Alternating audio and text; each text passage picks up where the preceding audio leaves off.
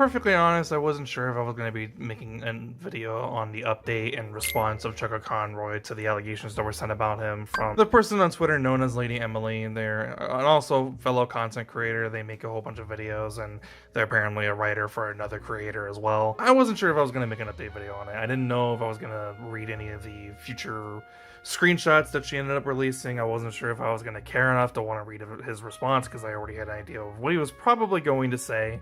He was going to apologize, and he was going to say that he's going to do better in the future, and that he apologizes to anyone else that he's made feel uncomfortable. And yeah, that is basically what his response boils down to, which he released that very recently, actually yesterday by the time you're watching this.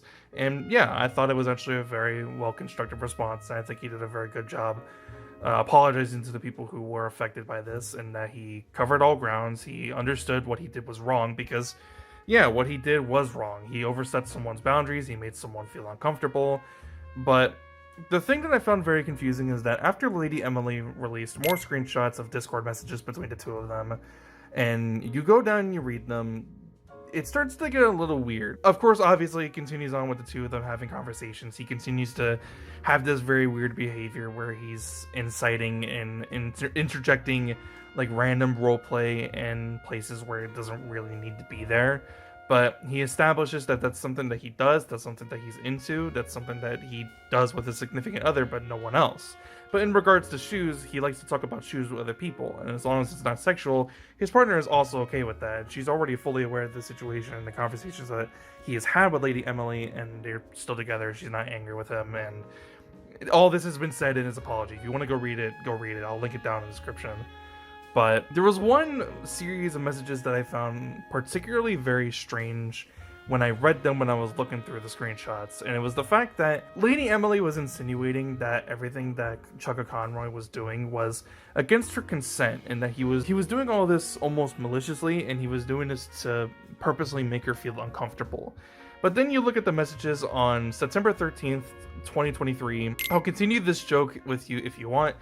It just sort of happened. I got the vibe you were enjoying it if you were playing along, and I like doing this sort of thing, so I feel like we're on the same page there. But I guess due to just how it could be seen in hindsight, I want to tell you this was just a game. And Lady Emily responds, "Oh yeah, I know, absolutely, I don't mind." He responds back saying, "Okay, I'm glad you feel the same, it's just a lot of people are into that." "Oh yeah, but all good, all in good fun." And then another response of series of tweets, he says this, I'm not going to read it fully out, but he basically says he doesn't want her to feel uncomfortable. If she is uncomfortable with it, she can just come forward with it, and if that's the best decision for her, and that he does this with a significant other.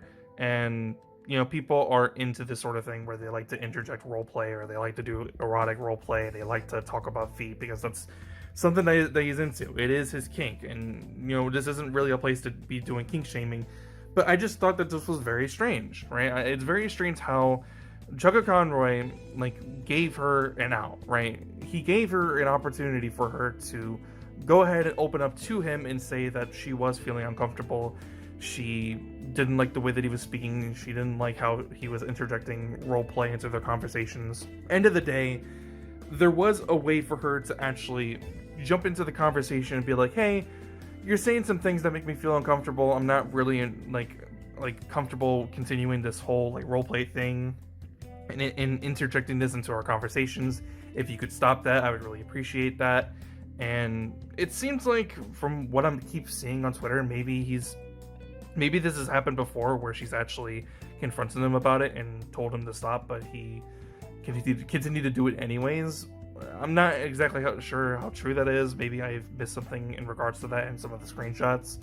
But if it's been established that at any point she could have spoken with him about her boundaries and how comfortable she was speaking with him, and what he was doing was correct or not, and whether or not he could have alleviated that and stopped doing that altogether, she had an opportunity. And instead of communicating with him like an adult and using her words instead of just doing what she ended up doing anyways, everything could have been resolved completely in private. This is exactly what I said in my last video, and that's really all this boils down to.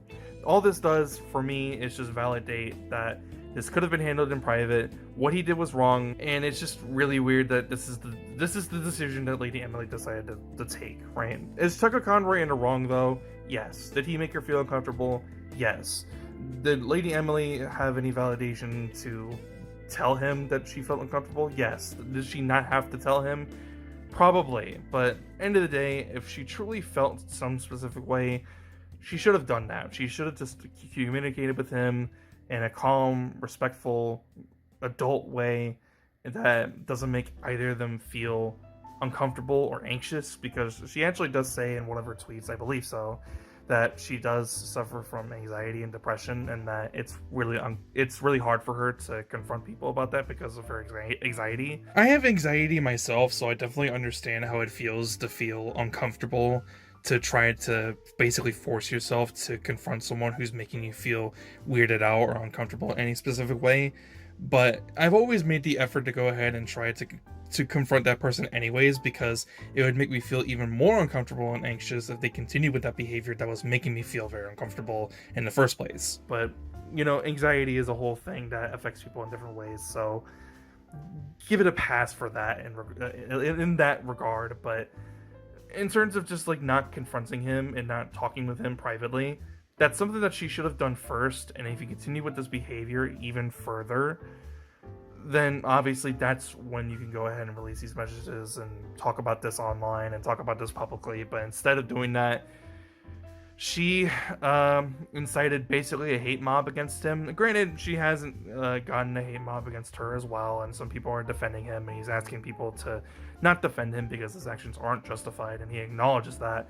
But she herself has been getting some messages, and I feel like some people need to respect people and their boundaries and how they feel about the situation, because she totally did have validation for wanting to do this.